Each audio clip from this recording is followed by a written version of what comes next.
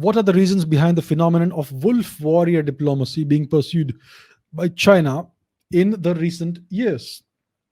That's a good question. So, this wolf warrior diplomacy is essentially a more vigorous and more more assertive diplomacy that the Chinese have been pursuing under the leadership of Mr. Xi Jinping. So traditionally, the Chinese have had a very different style of diplomacy, right? They had a leader called Deng Xiaoping who basically rescued China from the ravages of the Mao era, and he brought China back to normalcy. And then he started making China a more powerful country. And he had this principle, Tao Guang Yang Hui, which means keep a low profile, bide your time while also getting something accomplished.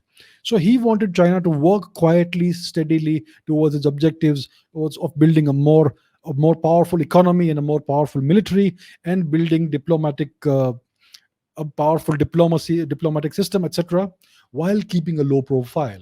So during Mr. Deng Xiaoping's time, the Chinese diplomats would basically they would avoid controversy, and they used to use cooperative rhetoric and cooperative language with everybody else, right?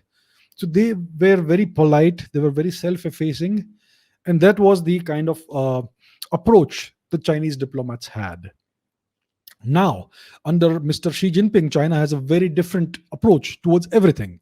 So Mr. Xi Jinping believes that China's time has come now. He's advocating his country people to have four confidences. Four confidences. This is the approach he is advocating.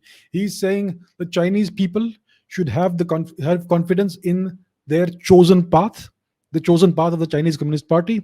They should have confidence in the political system of the Chinese Communist Party. They should have confidence in the guiding theories of the Chinese Communist Party, and they should have confidence in the Chinese culture.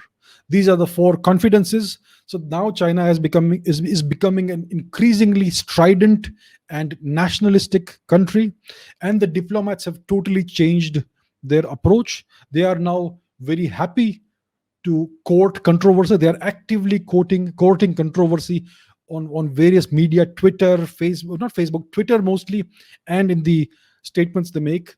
And they are now using very confrontational and aggressive rhetoric in their statements. So this is the new approach of the Chinese diplomats, and this is what is now being termed as wolf warrior diplomacy. So this coincides with China's so-called rise.